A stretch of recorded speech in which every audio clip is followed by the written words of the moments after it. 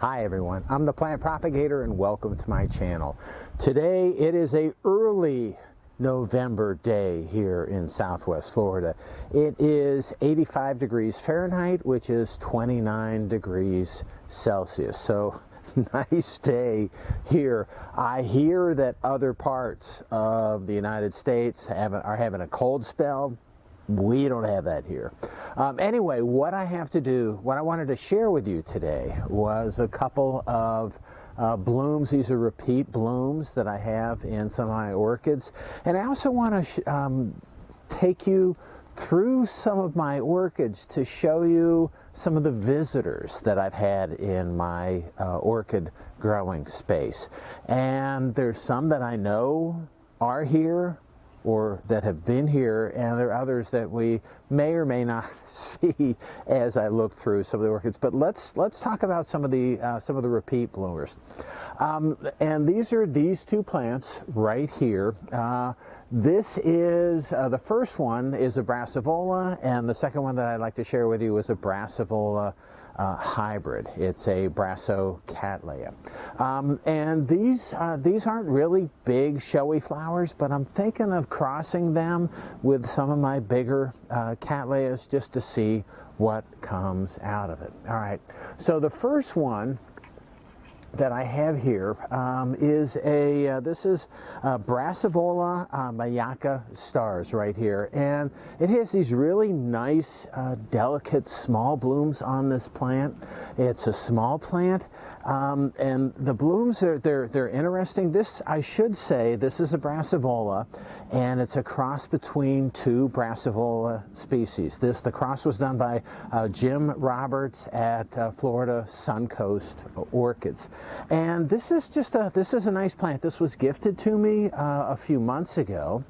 Looking at it, was gifted to me around 4 months ago, and it was in spike when it was gifted to me, so it put out a bloom, and I repotted it, and it has since put out another another flush of both growth and new flowers. So this is not the typical flower that I like, but it's a repeat bloomer. It's a really interesting small flower, and I think I'm going to use it. I do like that it's so vigorous and that it is a repeat bloomer so soon after I got this. We'll see how this continues to go, but I do like this.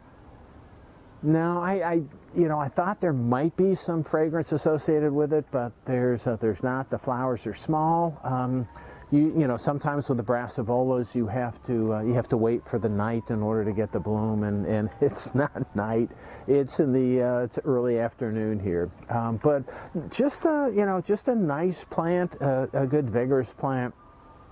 With lots of, I'm counting right now, 1, 2, looks like it's got already 4 bloom spikes on it, and each one of those bloom spikes has between 1 and 3 flowers coming out on it. All right, so, and I think that's probably all that this plant is going to do. But really, like I said, interesting, nice flowers that I think would make an interesting cross. I tried crossing this already with one of my big Cattleyas, and it developed a seed capsule, but it fell off early. I don't know. It didn't fall off. It split early, and I don't know if the problem was just because of the cross that I made, because it was so wide. It actually did make, or if it was some kind of temperature.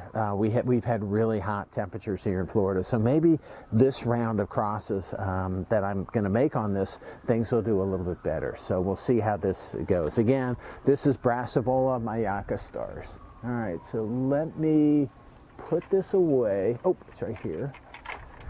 All right, and then the next one that I have that I wanted to share with you is also, so this is another Brassivola cross, but this is a Brassocattleya, and this is a pretty common plant.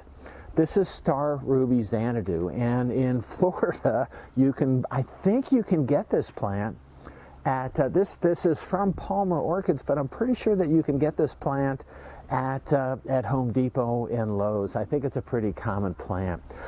This plant I brought back from the dead or close to dead. It had outgrown its pot, and I didn't repot it in time, so I had to really trim off all of the dead roots and the dead canes and everything. I cleaned it up really good, put it in a new pot, and again, what we have here is a new flush of growth. There's 2 flowers on this spike, and it looks like just 1 flower that hasn't opened yet on this spike here.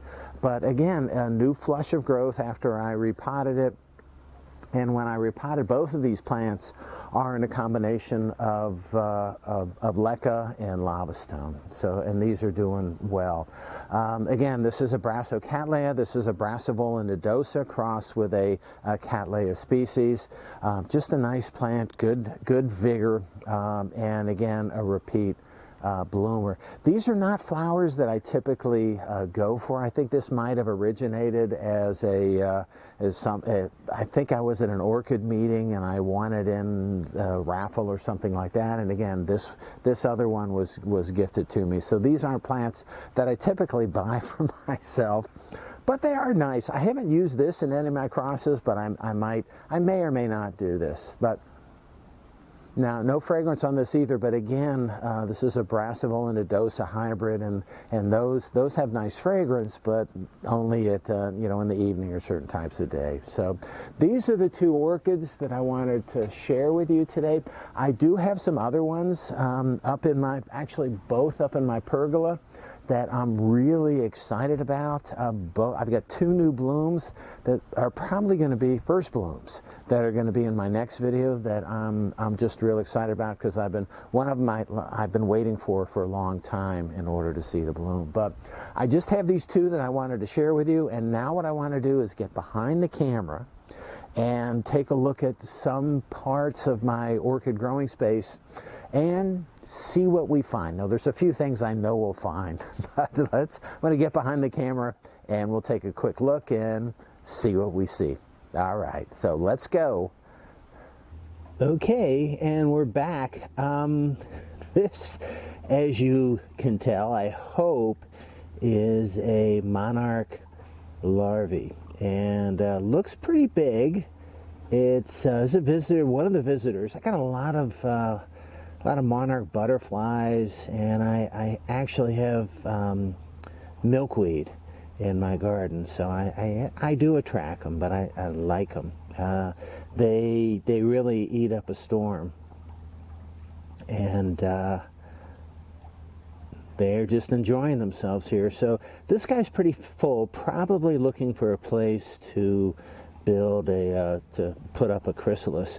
And I want to take you also over to this is a vanilla orchid. So they're terrestrial, so it's in the ground. They have roots that are attaching to my foxtail palm here, and as you follow this guy up, what you should be able to see, it's really bright out here, so I don't know if you're going to be able to see it or how well you're going to be able to see it, but that's a chrysalis that is on the leaf of the vanilla orchid. So I saw it was in what's called the J form yesterday, and it just formed the chrysalis overnight. So those are the first 2 visitors that we can see that are in my orchid growing space. Oh, and while we're here, let's see if I can get in on him. His heart is so bright out here. Oh, where'd he go? He's right here. They jump down and just go away. So these are anoles, and they're all over everywhere. I find their eggs. There's another one. I don't know if you're gonna be able to see it. Oh, there it is. So it sees this one right here, sees the other one that I guess they're about 3 feet apart, and they're really camouflaged well, but they're pretty similar. So there's a brown one right in the center, and then it's probably doing the head bob to this one right here because it's in its space. I don't know whether you saw that. He just grabbed a snack, I think. Oh, and now he's running away because the other one is getting a little closer. They're hard to see. Anyway, that's another visitor in my space, and I'm just a little bit, you know, a little bit away from him right here. They're pretty brave, and a lot of times when I get close to them, they do with the head bobbing at me because I'm in their space.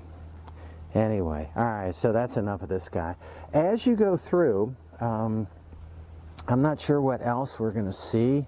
Well, let's just go right to the final thing that I wanted to show you. And I saw this the other day. I do have these are sea oats that I'm growing here. They're going to get placed out on the beach where I'm part of a dune restoration project, and this was my first little experimental trial to see what kind of sea oat germination I would get. There's also prickly pear cactus that is coming under attack in the park that I'm associated with, so that's a cutting from a pad from that cactus. But as I was in the garden, as I was looking at my orchids the other day, in this basket, this is a basket where I grow some of my seedlings. My seedlings are all over the place. They're in these trays, and I put them in these baskets, and I hang these baskets here and in my pergola. But I don't know if you can tell what's on there. So right there, I hope that's a skin, snake skin from and you can see the skin goes, so it's over there, goes up over the basket, and then it got stuck on there, and as you follow it around, it comes back through my trellis, and then on this orchid right here, and you can't see it really well, but then as you come down, it's also, so some of the skin, I don't know if you can see it, I can't see it really well on my viewfinder, but it's on the chair right here, and I hope you can see it, but that's the direction. So this looks like about a 3-foot, well, from what I can tell, from what's here, there may be some other parts of this snake skin that that are not here. I think that's when you look at it. No, I think that's the head right there. I don't know. But this guy is I think he's about 3 or 4 feet long. And what I have back here in my space is I've seen black rat snakes, which aren't bad. They mostly they're slow moving. They run away. They're not bad. So I think that's what this is. We do have, we've got snakes that bite in Florida, and we've got poisonous snakes here. And I haven't seen this guy. The only thing I saw that kind of took me by surprise a little bit was this, just the skin, the snake skin, as it was shed by this snake. But this is pretty good evidence that this snake was enjoying itself in my orchids, and it used either some of the orchid or the orchid basket to help remove the skin. Anyway, that's all I have for today. I hope that was interesting for you. If you like this video and you want to keep on seeing them, it would help me out if you could click on like, share, and subscribe to my channel if you're not already a subscriber. All right, that's all I have for today. Again, I hope you enjoyed it, and happy propagating.